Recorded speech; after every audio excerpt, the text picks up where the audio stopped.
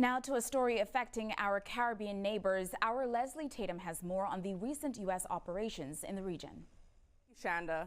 Tensions have been escalating in the Caribbean as the Trump administration continues its operations against drug cartels, designated as foreign terrorist organizations earlier this year, including Venezuela's street gang, Tren de Aragua. Since September, the Pentagon confirms 21 strikes across the Caribbean and the Pacific. Now, let's take a look at this map from the BBC via armed conflict location and event data. There have been 12 strikes in the Caribbean. We have 3 off the coast of Colombia, 1 off of the coast of the Dominican Republic, 7 off of Venezuela, and 1 that took place within the Trinidad waters.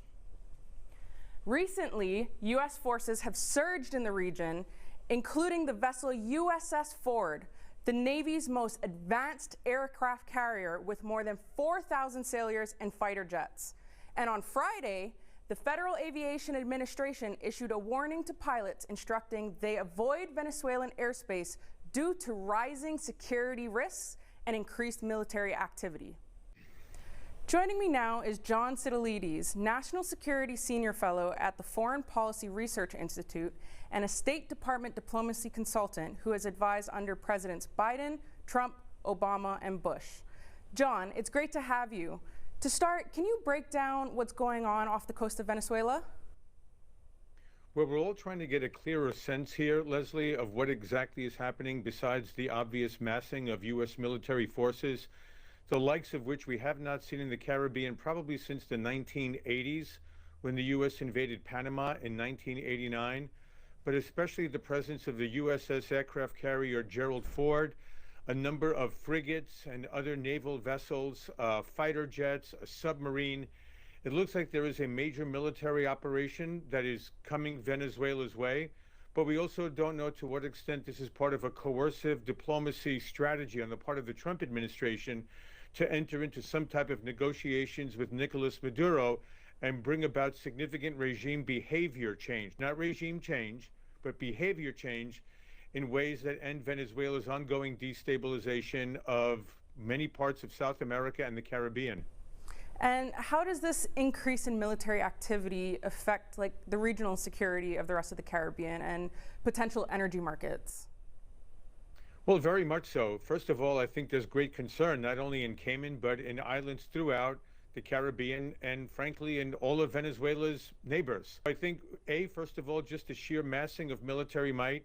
B, the fact that the White House has not really put forward a coherent policy perspective or statement or address on what exactly the end game is here leaves everyone guessing. So I think that uncertainty is really disrupting markets in the Caribbean, in South America, in Central America. And I think there are a number of goals here which we'll touch on, but clearly there is a significant coercive diplomacy strategy here that is not only aimed at Venezuela in the immediate future, but I think is sending a larger message from the United States under the Trump administration throughout the Western Hemisphere, and that is that the plan for American primacy to be restored is very much underway. And what kind of ripple effects for the global alliances for both the U.S. and Venezuela do you think we'll be seeing? I think that's going to be the critical issue here, Leslie.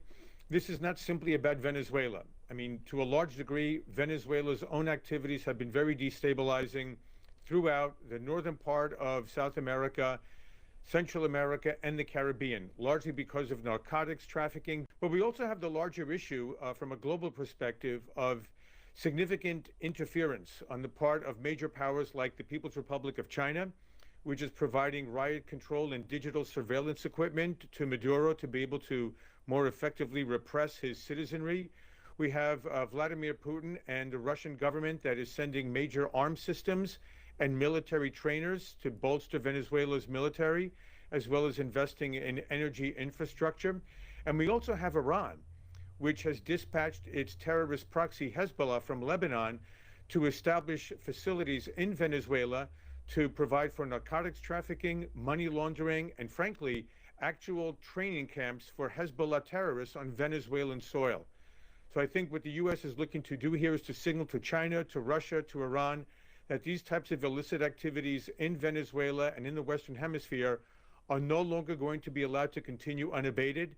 And the U.S. again is looking to restore American primacy in the Western Hemisphere and to persuade our neighbors to work more closely with the United States and with the global West in what is an increasingly bifurcated geopolitical framework globally. Thank you so much, John, for your insights. As military operations continue in the region, we'll continue to monitor developments and bring you the latest details. Now, let's head back to Shanda on the news desk.